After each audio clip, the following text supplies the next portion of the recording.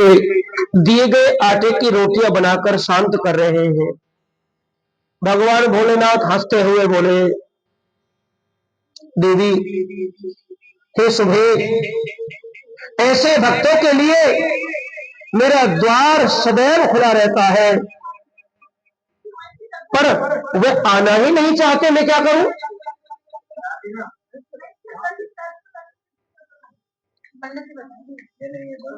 यदि कोई वस्तु दी भी जाए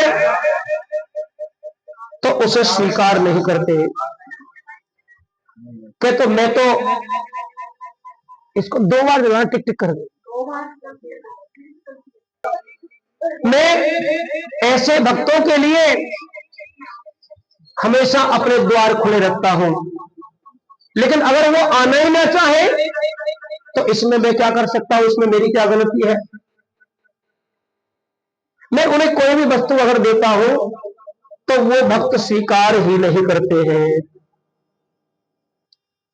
कितना भी चाहे कष्ट उठाते रहेंगे, लेकिन कभी वो स्वीकार नहीं करते हैं।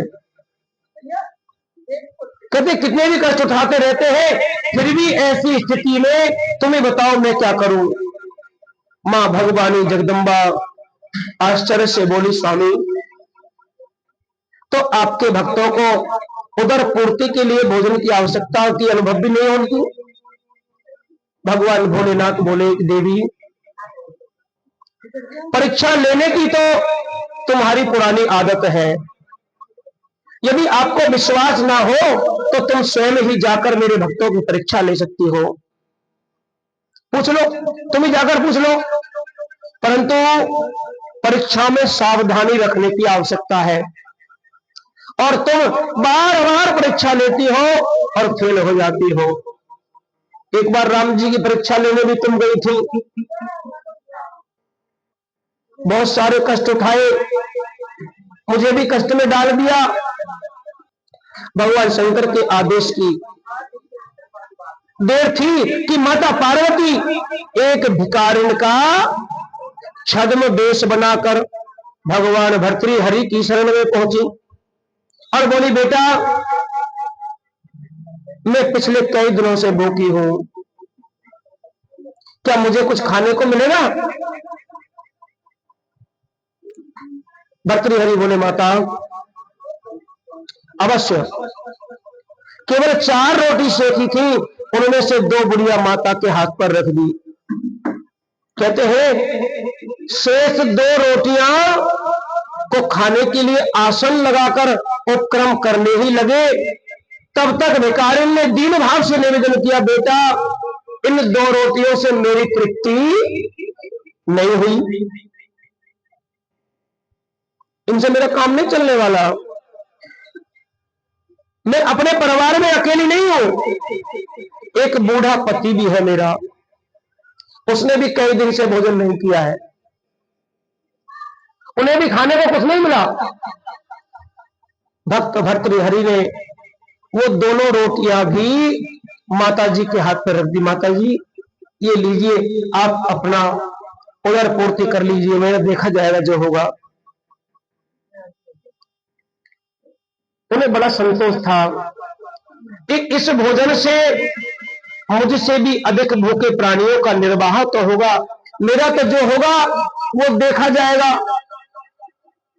उन्होंने कमंडल उठाकर पानी पिया और संतोष की सांस ली। भर्तृहरि जी महाराज वहां से उठकर जाने लगे। अच्छा, तुम कहां जा रहे हो? भर्तृहरि ने पीछे मुड़कर देखा तो माता पार्वती के दर्शन किए। बोलो गोविंद भगवान की। माता पार्वती दर्शन देने के लिए पधारी है। माता बोली, मैं तुम्हारी साधना से बहुत प्रसन्न हूं, जो तुम्हें संसार में कोई वर चाहिए, वरदान चाहिए, धन संपदा चाहिए, राजमहल चाहिए, आप मांग सकते हो। भर्तृहरि ने प्रणाम करते हुए कहा, माते, अभी तो अपनी और अपने पति की क्षुधा शांत करने हेतु मुझसे रोटियां मांग कर ले गई, जो स्वयं को दूसरों के सम्मुख हाथ फैलाकर अपना पेट भरता है, या किसी को क्या दे सकेगा। क्या मांगू बोलो गोविंद भगवान की। ऐसे भक्त होते हैं जिन्होंने आद्याशक्ति अन्नपूर्णा जगदात्मा माता पार्वती को भी कहा है, माते अभी तक तुम मेरे से रोटी मांग रही थी अपने लिए और अपने पति के लिए। जो दूसरों से भिक्षा मांगता है वो भला मुझे क्या दे सकेगा। हे भर्तृहरि, तुम मुझे पहचान नहीं सके हो। तुम्हारी पर दुख कातरता से बहुत प्रसन्न हूं। जो चाहो सो वर मांगो। भर्तृहरि ने श्रद्धा पूर्वक जगदम्बा के चरणों में सिर झुकाया और कहा, यदि आप प्रसन्न हैं तो यह वर दे कि जो कुछ मुझे मिले उसे दीन दुखियों के लिए लगाता रहूं। बोलो गोविंद भगवान। संतों ने, भक्तों ने, रसिक जनों ने, श्रोताओं ने कभी भी अपने लिए कुछ मांगा ही नहीं है। और इसीलिए संत की परिभाषा कही है, संत हृदय नवनीत समाना, संत हृदय नवनीत समाना, संत हृदय नव कहा कबिन पर कहे न जाना, कहा कबिन पर निज परताप द्रवई नवनीता, निज परताप पर दुख द्रवई शांत सुपनीता, पर दुख द्रवई। श्री राम जय राम, जय जय राम, श्री राम जय राम। बोलो श्री राम जय राम, जय जय राम, श्री राम राम। यही संत का स्वभाव है। चाहे परमात्मा प्रकट हो जाए, चाहे अन्नपूर्णा प्रकट हो जाए, चाहे साक्षात लक्ष्मी प्रकट हो जाए, उन्हें अपने लिए कुछ चाहिए नहीं। वो तो संसार के लिए ही करते रहते हैं। ऐसे है भगवान भर्तृहरि, ऐसे है भगवान भर्तृहरि। उन्होंने अपने लिए कुछ मांगा ही नहीं। माता भगवती पार्वती से कहा, देवी अगर आप मेरे पर प्रसन्न है तो मुझे ऐसा वर दे दो कि जो मुझे आपसे प्राप्त हो मैं दुनिया के लिए ही लगाता रहूं, मुझे कुछ नहीं चाहिए। माता पार्वती जी ने एक वस्तु कहकर भगवान शिव के पास लौट गई। त्रिकालदर्शी शंभु ये सारी लीला देख रहे थे। उन्होंने मुस्कुराते हुए कहा, भद्रे मेरे भक्त इसलिए दरिद्री नहीं रहते कि उन्हें कुछ मिलता नहीं है, परंतु भक्ति के साथ जुड़ी उदारता अपने अधिकाधिक दान कराती रहती है और वो खाली हाथ रहकर भी विपुल संपत्तियों से अधिक संतुष्ट बने रहते हैं। हमें लगता है कि ये खाली हाथ है, इनके पास कुछ नहीं है, ये भिखारी है, लेकिन उनके पास एक ऐसी संपदा होती है कि जहां रहे, जिस देश में रहे, जिस देश में रहे, वो वही औघरदानी के भक्त बने रहते हैं। जो चाहिए भगवान से प्रार्थना करते हैं और वही उन्हें प्राप्त हो जाता है। बोलो गोविंद भगवान। इसी संदर्भ में पराशर मुनि कहते हैं कि बहुत सारे ऐसे भक्त हुए, बहुत सारे ऐसे राजा हुए, निमि, ययातु, जिन्होंने भारत भूमि को बचाने के लिए, संसार की तृप्ति के लिए अपने शरीर को लगा दिया। और इसी संदर्भ में पराशर भगवान कहते हैं तस्मिन् काले समर्भस्य तत्र कृष्णं समाहिता दत्त्वा पिंडम पितृभ्यश्च यमुना सलिला प्लुतः।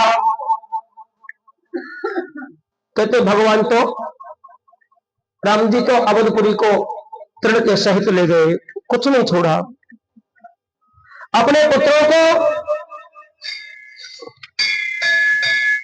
पुत्रों को राज दिया, और बोले वो भी कहां का दिया? अयोध्या नगरी का नहीं दिया। बोले महाराज वो भी अयोध्या से बाहर का दिया। दोनों पुत्रों को, एक को कौशांबिका और एक को सावसती का दिया। कहते इस प्रकार अलग अलग दोनों भाइयों को, दो पुत्रों को राज देकर भेज दिए। और जब प्रभु भगवान ने निज धाम गमन किया, उनके बाद लवकुश आए। उसके बाद दोनों भाई लौटकर आए अवधपुरी में। अवधपुरी में देखा खंडक बन गया, उसमें कुछ नहीं है, सब बेकार है, जंगल भी नहीं है, सूखी घास है, कुछ भी नहीं है वहां। बिल्कुल एकदम डरावनी जगह लगती है। सरयू जी के तट पर गए, सरयू जी में स्नान किया, तर्पण आदि कार्य किए। अपने पितरों की मुक्ति के लिए भगवान दशरथ जी महाराज को तृप्त करने के लिए पिंडदान आदि किया। जैसे ही सरयू जी में स्नान करके निकले तो एक विलक्षण नाग का दर्शन हुआ। उस नाग ने मानव भाषा में लवकुश से कहा, मैं अमुक अमुक लोक का नाग हूं और यहीं पर रहकर दर्शन करता रहता हूं। किसके? अवधपुरी के। तो उसने पूछा, हे नागराज,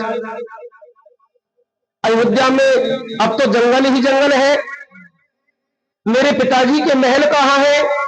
मेरे पिताजी का जन्म स्थान कहां था? तो नाग ने कहा,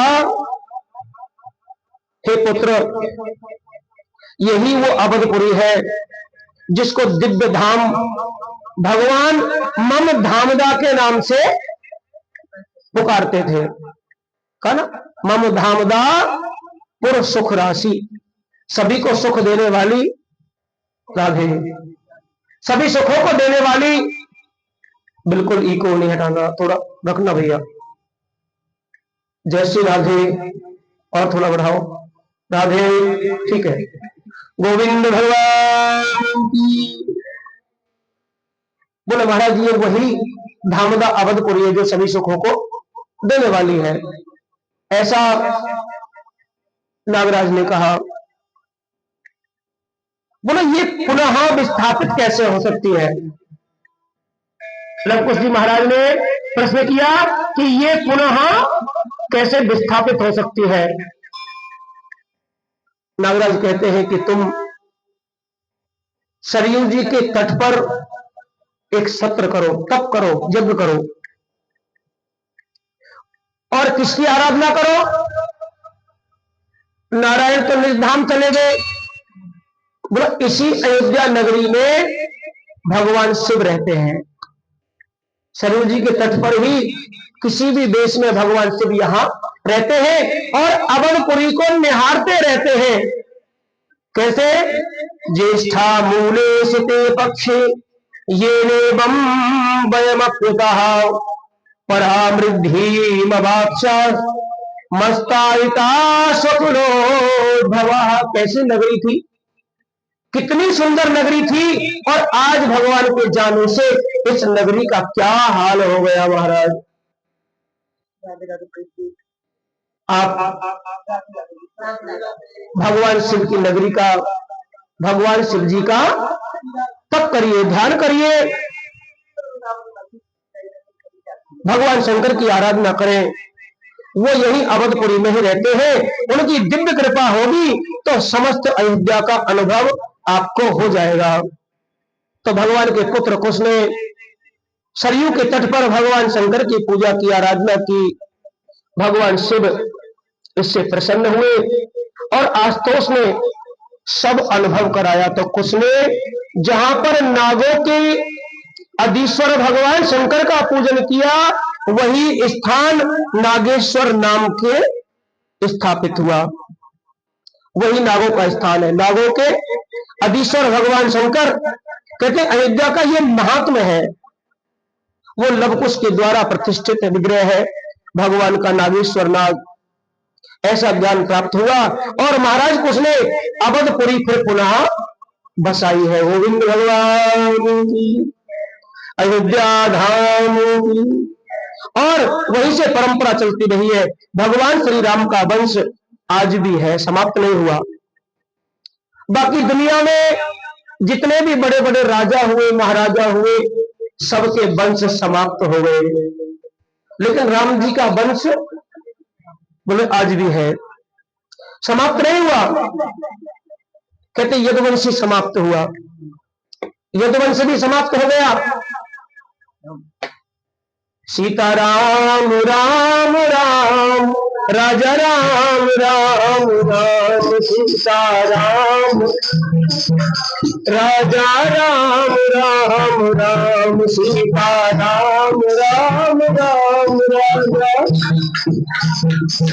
सीताराम राम राम, राजा राम राम राम, सीताराम राम, राजा राम राम राम, सीताराम राम राम राम, राम गोविंद भगवान। आज हमारे बीच में पिता तुल्य वृद्ध ब्राह्मण परम परमात्मा सेवी आर्य श्रेष्ठ, आर्य पुत्र कहा जाए तो कोई बड़ी बात नहीं है, आर्य श्रेष्ठ पधारे हैं। और श्रेष्ठों का ज्येष्ठ भी सम्मान होना चाहिए। और सम्मान क्या है कि जब कोई ज्येष्ठ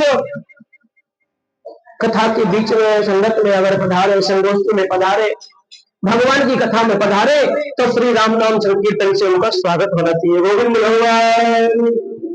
तो इसीलिए ये हरिनाम संकीर्तन भी बीच में हमारा हुआ। आइए, कहते हैं महाराज राम जी के बाद उनका पुत्र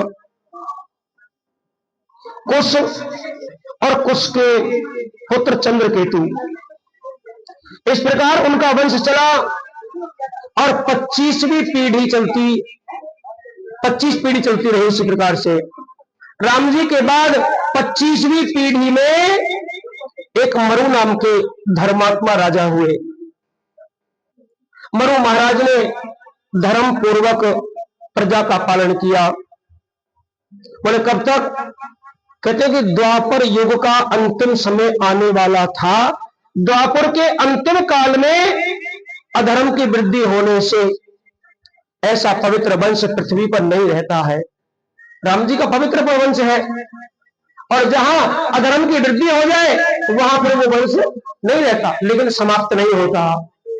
राम जी का वंश समाप्त नहीं है, वो आज भी है। और कथा में आगे बताएंगे कि कहां कब कैसे फिर उपज होगी। गोविंद भगवान। कहते महाराज पृथ्वी पर जब अधर्म की वृद्धि होने लगी तो ऐसा पवित्र वंश पृथ्वी पर नहीं रहता है। तो महाराज मरु ने अपने पुत्र प्रसोश्रुत को राज्य सौंपकर उत्तराखंड तपस्या करने के लिए कलापक ग्राम में तपस्या करने गए। कहते उस ग्राम के विषय में पुराणों में वर्णन है। उस गांव में भी साधारण मनुष्यों की गति नहीं है, वहां भी कोई नहीं जा सकता, वहां संसार का कोई प्राणी नहीं जा सकता है, गति नहीं है। और वहां पर भगवान ने चारों वर्णों को सुरक्षित कर रखा है। ब्राह्मण, वैश्य, क्षत्रिय और शूद्र, जो श्रेष्ठ द्विजोत्तम है, अपने अपने वर्णों को मानने वाले जो श्रेष्ठ हैं, उन चारों को ही वह सुरक्षित कर रखा है। कहां पे? कलापक ग्राम में। क्योंकि कलिकाल में वर्णाश्रम धर्म नष्ट हो जाएगा। आगे बताया है वर्णाश्रम धर्म क्या है, कैसे मानना चाहिए उसे, कैसे भगवान ने ये सारी चीजें पहले ही सुरक्षित कर रखी है कि आगे कलयुग में जब घोर कलयुग आएगा तो वर्णाश्रम धर्म नष्ट हो जाएगा। कैसे होगा? किसी की लड़की, किसी का लड़का, ब्राह्मण की लड़की, शूद्र का लड़का, शूद्र की लड़की, ब्राह्मण का लड़का, वैश्य की लड़की, शूद्र का लड़का, क्षत्रिय की लड़की, शूद्र का लड़का, शूद्र की लड़की, क्षत्रिय का लड़का, जब आपसी में सम विवाह होने लगेगा कोई किसी से, कोई किसी से, तो वर्ण संकर संतानें पैदा होंगी और वही राक्षस होंगे। बोलो गोविंद भगवान। अभी नहीं, अभी चिंता ना करिए, हाँ होना शुरू हुआ है अभी तो बहुत धर्म बचा हुआ है, इसीलिए अभी नहीं कहते घोर कलिकाल में। अभी तो कलियुगे कलि प्रथम चरण भूर्व लोके भारत वर्षे जम्बू दीपे भरतखंडे आर्यावर्तांतर्गते ब्रह्मावर्ते कदेशे पंड पक्ष प्रदेश, और दिल्ली जैसे नगर को भी पंड पक्ष प्रदेश कहते हैं। अभी तो 5700 वर्ष, 5600 प्लस कुछ गए हैं, अभी कुछ नहीं है। अभी तो 1,32,000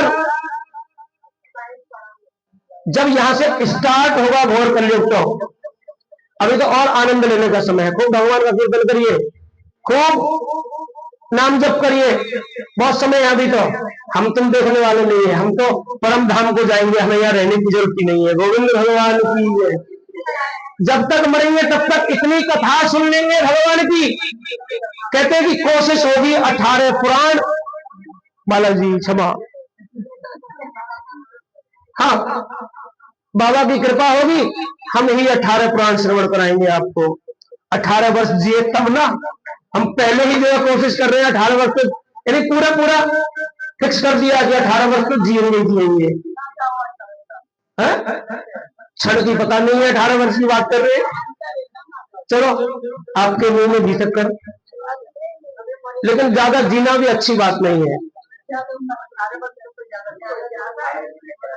18 वर्ष में 50 वर्ष हो जाएंगे, बोलता चाहिए 32, 18, 50, तो 50 वर्ष ज्यादा है, 43 वर्ष बहुत है। गोविंद भगवान कहते जब ऐसी शंकाएं भगवान के सामने व्यक्त करते हैं ना, तो भगवान उम्र बढ़ाते रहते हैं। मैं अपनी उम्र बढ़वा रहा हूं उनसे। आइए श्रवण करते हैं।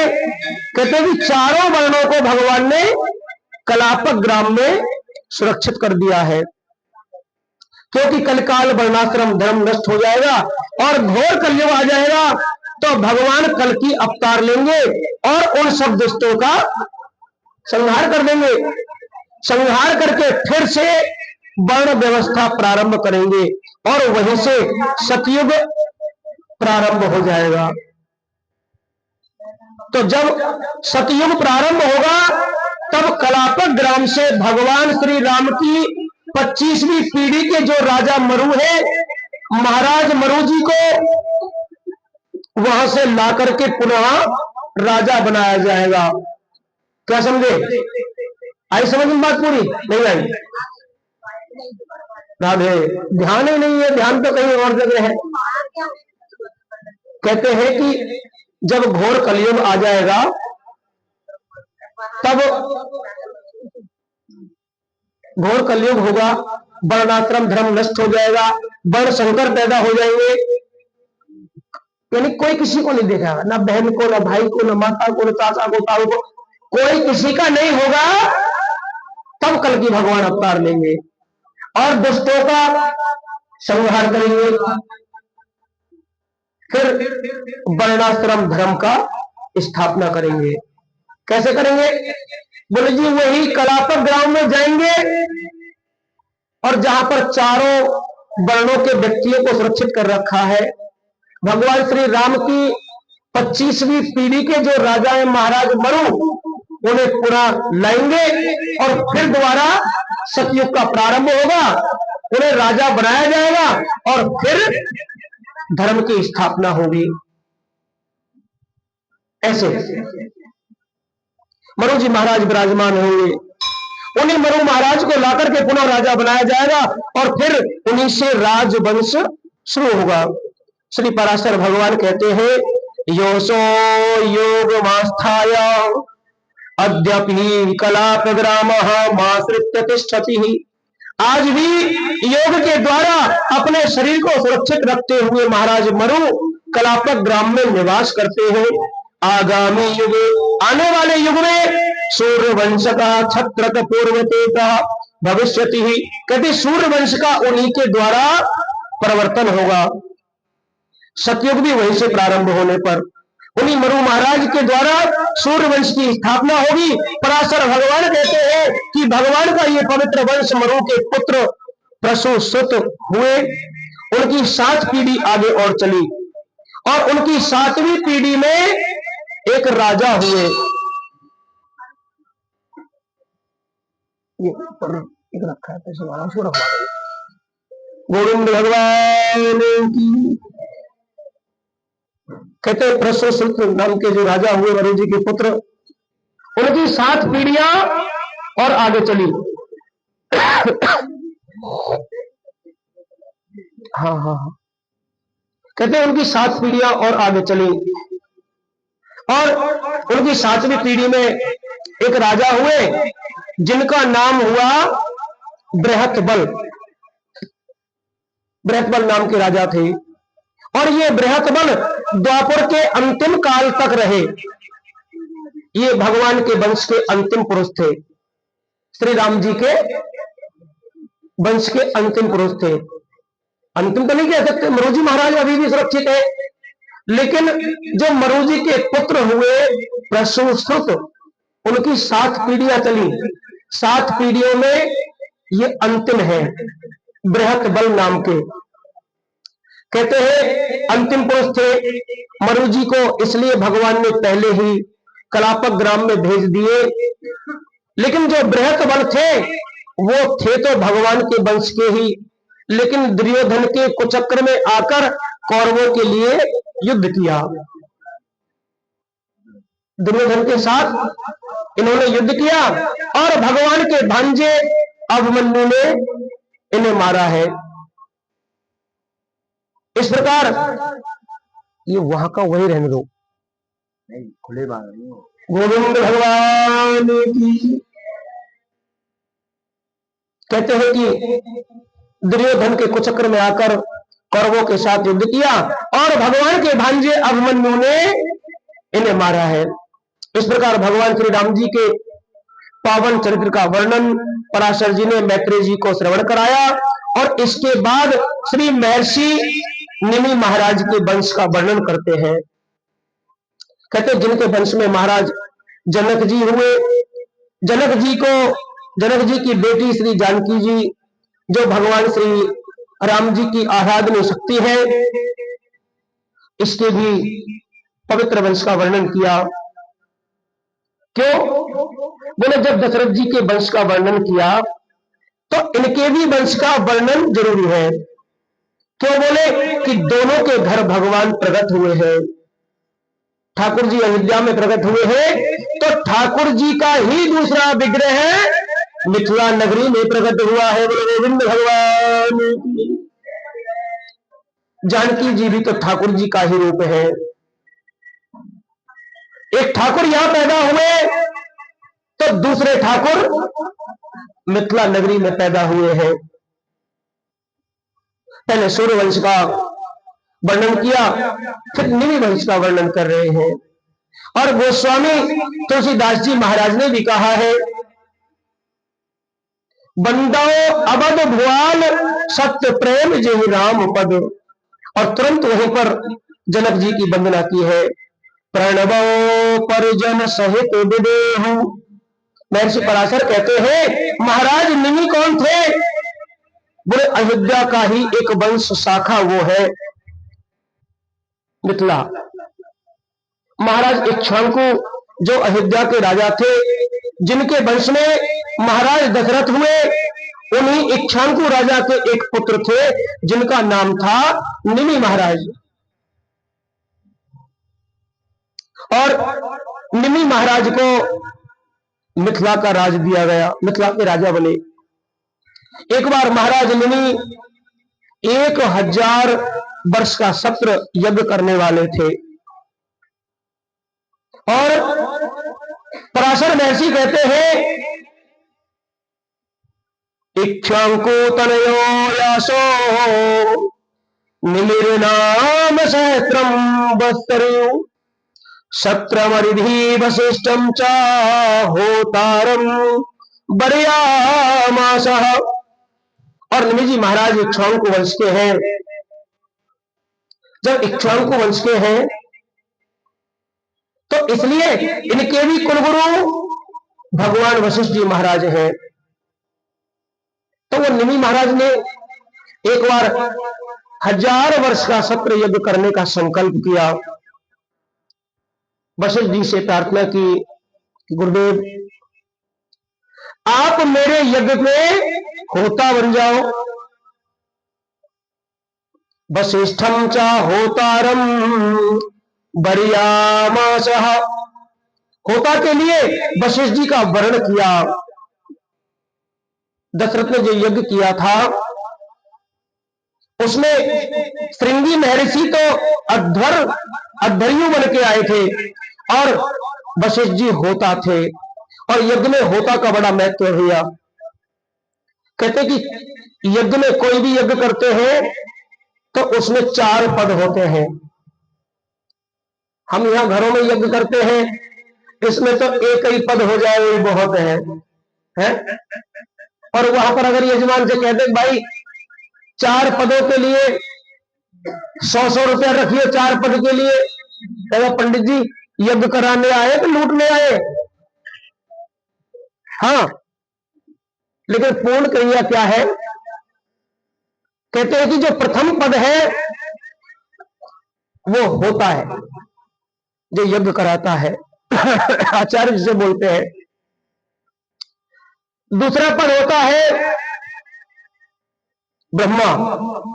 आप लोग देखते हैं जब यज्ञ होता है तो यज्ञ के दक्षिण वामतः ब्रह्मा, एक अलग से वेदी बनाई जाती है और उसमें 252 मुट्ठी चावल कुसा के ब्रह्मा जी बना के और उसमें जो है प्रतिष्ठा की जाती है ब्रह्मा जी।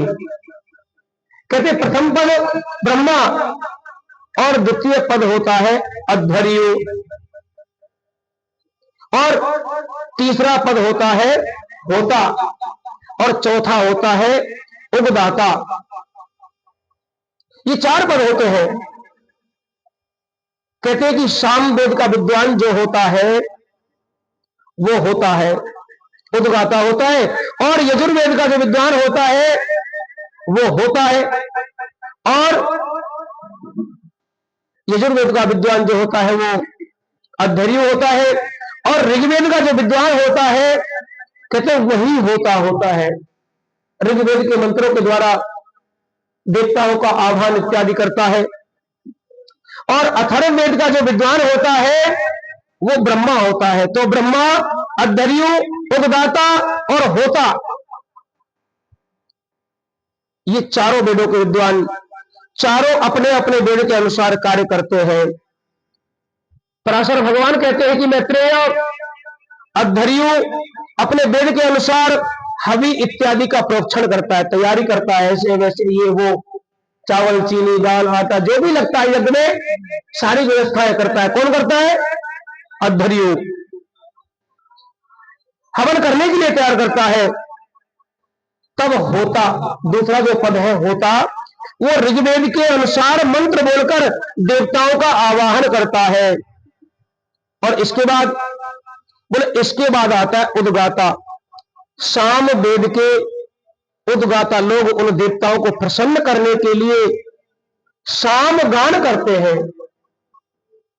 और तब नंबर आता है ब्रह्मा जी का। कहते हैं कि अथर्व वेद के मंत्रों से अनुमति प्रदान करते हैं, तब अध्वर्यु उनका यजन करते हैं और होता जो है वो ऋग्वेद के अनुसार कर्म करता है। और होता के संकल्प का बड़ा महत्व है। महाराज मुनि ने वशिष्ठ जी से निवेदन किया कि आप मेरे यज्ञ को संपन्न कराओ, मेरे होता बन जाओ। वर्ण कर लिया। संकल्प का क्या है? बोले जी एक राजा ने ऐसे ही यज्ञ करने के लिए संकल्प किया, होता से संकल्प लिया। राजा ने कहा महाराज मुझे पुत्र चाहिए। और जो रानी थी उन्होंने जाके पंडित जी को चुपचाप कुछ दक्षिणा पानी दिया, जो महाराज हमें पुत्री चाहिए। तो होता ने जो आचार्य है उसने संकल्प प्रदान कर दिया और उनकी पुत्री हो गई महाराज गोविंद भगवान। तो ये संकल्प प्रधान है, इसीलिए होता का वर्ण किया जाता है। कोई भी यज्ञ कराते हैं तो छोटे मोटे यज्ञ है जिनको हम स्वाहा स्वाहा किया और राधे श्याम सीताराम। जब भी कोई बड़ा यज्ञ किया जाए, सत्र किया जाए, तो उसमें 4 पद अवश्य दिए जाते हैं, चारों वेदों के। अद्धर्यु, उगदाता, होता, अभी सुना रहा हूं, बताओ फिर भूल जाए। गोविंद भगवान की। तो 4 जगह इन चारों ब्राह्मणों का, चारों का आचार्यों का अवश्य वर्णन करना चाहिए। और जब ये सारे कार्य हो जाते हैं, ब्रह्मा अथर्ववेद के मंत्रों से अनुमति प्रदान करते हैं, तब अद्धर्यु उनका यजन करते हैं। तो होता जो है वो ऋग्वेद के अनुसार कर्म करता है। होता के संकल्प का बड़ा महत्व है महाराज। निमि ने वशिष्ठ जी से निवेदन किया मेरा यज्ञ संपन्न कराओ, मेरे होता बन जाओ। वशिष्ठ ने कहा राजन आपसे पहले देवराज इंद्र ने हमारा प्रथम वर्ण किया है। कहते प्रथमतः प्रथमम व्रतः, उन्होंने मेरा पहले वर्ण कर लिया है। और ब्राह्मण का यही होना चाहिए कि चाहे गरीब हो, छोटा हो, बड़ा हो, राजा हो, रंक हो, भिखारी हो, जिसके यहां पहले हां कर ले उसके यही जाना चाहिए। दक्षिणा छोटी हो मोटी उससे मतलब नहीं है कि महाराज ये तो 1100 रुपए देंगे, वहां तो जो है 3000 मिल जाएंगे, तो इसको छोड़ के वहां चल दिया। नहीं, जिसको एक बार बोल दिया समझो वही तो अड़े रहना चाहिए। वशिष्ठ जी महाराज ने भी कहा भैया मैंने तो, इंद्र ने मुझे 500 वर्ष का एक यज्ञ रखा है। कहते 500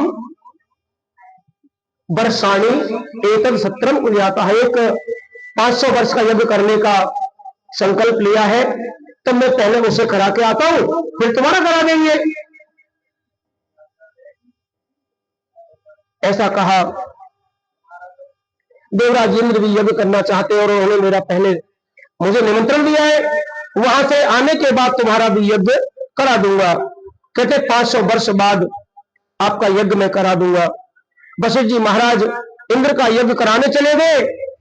निमि जी महाराज ने विचार किया है कि गुरु जी तो कब आएंगे और जीवन का कोई पता नहीं है, कोई ठिकाना नहीं है, कब नष्ट हो जाए, क्या करे। धर्म का संकल्प हम ले चुके हैं, तो कहते ना कल करे सो आज कर, आज करे सो अब, पल में परलय होएगी बहुर करेगो कब।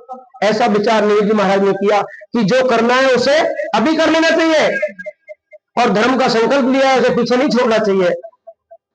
ऐसा विचार करके निमि जी महाराज ने गौतम ऋषि का वर्ण किया यज्ञ कराने के लिए। बोले जो करना है उसे अभी कर डालो, कराना ही है। और गौतम महर्षि का वर्णन कर लिया है। कहते प्रत्यक्ष तदेनः गौतमाय कर्मांतरम समर्पितम। महर्षि गौतम को बुलाकर, उनके पुत्रों को बुलाकर महाराज निमि ने अपना यज्ञ प्रारंभ कर दिया। उधर महर्षि वशिष्ठ जी भी यज्ञ कराकर आए। तो राजा को यज्ञ करते हुए देखा या पता चला तो बोले मेरे यजमान ने मेरा अनादर कर दिया, मेरी बात नहीं मानी। और वशिष्ठ जी ने महाराज निमि को श्राप दे दिया। बोले गोविंद भगवान की। श्राप में क्या दे दिया? यज्ञ चल रहा था, वशिष्ठ जी ने श्राप दे दिया, तुम इसी समय मर जाए। तो महाराज निमि ने भी वशिष्ठ जी को श्राप दे दिया। देखिए, अगर यजमान ठीक है अपनी जगह पे, उन्होंने कोई गलत कार्य तो नहीं किया। गुरुदेव आप वहां जा रहे हैं तो मेरे मन में भी श्रद्धा है, मुझे भी यज्ञ करना है, तो राजा अपनी जगह पर ठीक है। लेकिन किसी भी ब्राह्मण का अगर कोई, भाई मैं समझू कि मेरे यजमान है और मुझे छोड़कर दूसरे के पास चले जाए तो मुझे गुस्सा तो आएगा ना। तो मुझे छोड़कर वहां चले गए, जाओ अब तुम वही कराओ, मुझे नहीं करना तुम्हारे यहां कुछ भी। तो ऐसे ही वशिष्ठ जी महाराज को भी क्रोध आया, उन्होंने श्राप दिया, तुम मर जाओ, हतो हताहा, तुम नष्ट हो जाओ। इधर महाराज निमि भी कोई कम नहीं है, उन्होंने वशिष्ठ जी महाराज को श्राप दे दिया कि गुरुदेव जब हम ही ना रहेंगे तो तुम ही जीकर क्या करोगे, तुम भी गोविंदा नमो नमः। हाँ, कहते हैं महाराज निमि तो बड़े दयालु और बड़े ही पराक्रमी राजा है, गुरुदेव आपका भी शरीर छूट जाए। और महाराज निमि बोले, महाराज निमि तो बीच में ही मर गए और उनका शरीर छूट गया, अब यज्ञ कैसे पूरा हो। आजकल के यज्ञ जैसा यज्ञ थोड़ी है, मना कर देंगे ब्राह्मण लोग, नहीं भाई मर गया तो उसे बंद करो। तो हजारों वर्ष चलने वाले यज्ञ है। कहते 1000 वर्ष यज्ञ का संकल्प है। तो महाराज निमि के शरीर को तेल में रखा गया। सहस्त्रवर्ष का स्रोत यज्ञ था और वह यज्ञ पवित्र अग्निहोत्र की अग्नि में किया जाता है। और अग्निहोत्र करने वाले अग्निहोत्री ब्राह्मण क्षत्रिय जो होते हैं, कहते हैं वो कभी मरते नहीं है। महाराज निमि के शरीर को तेल में सुरक्षित रख दिया है। आज कथा यही समापन करेंगे, कल फिर जो है निमि महाराज को भी जीवित कर लेंगे और वशिष्ठ जी महाराज को प्रकट कर लेंगे। गोविंद भगवान की एक सूचना विशेष, कल 10 बजे से लेकर और 12 के बीच में हमारी यज्ञ क्रियाएं होंगी, जिसमें समापन दिवस, समापन की छोटी सी कथा, उसके बाद यज्ञ, उसके बाद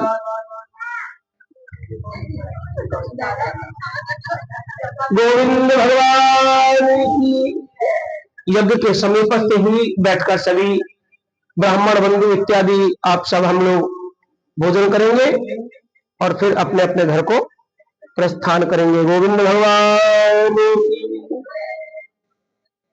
श्रीमन्नारायण नारायण नारायण नारायण,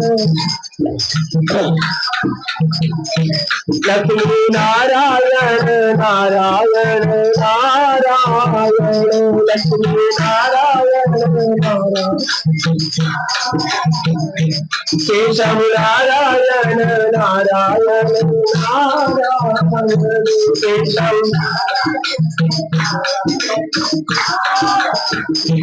भगवान नारायण नारायण नारायण, भगवान नारायण, श्री हरि नारायण नारायण नारायण, श्री हरि नारायण,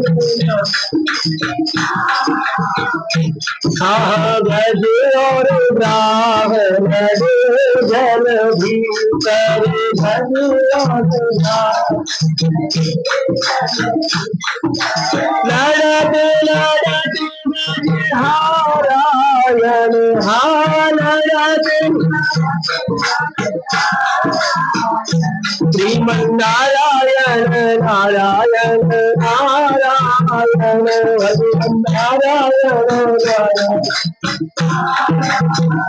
श्री हरि नारायण नारायण नारायण, श्री हरि ओ तिल भर सोने रही जल ऊपर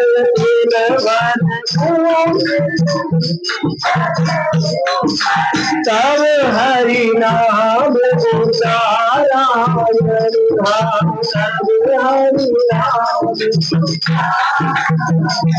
भजमन नारायण नारायण नारायण भजमन नारायण लक्ष्मी नारायण नारायण नारायण लक्ष्मी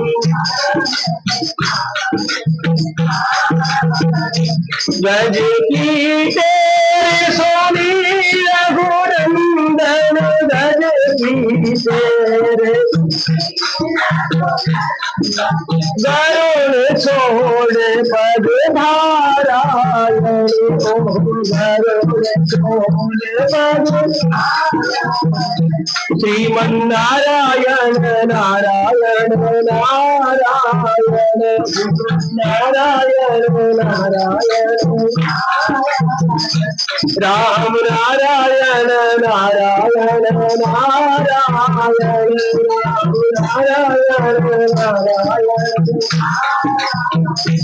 कृष्ण नारायण नारायण नारायण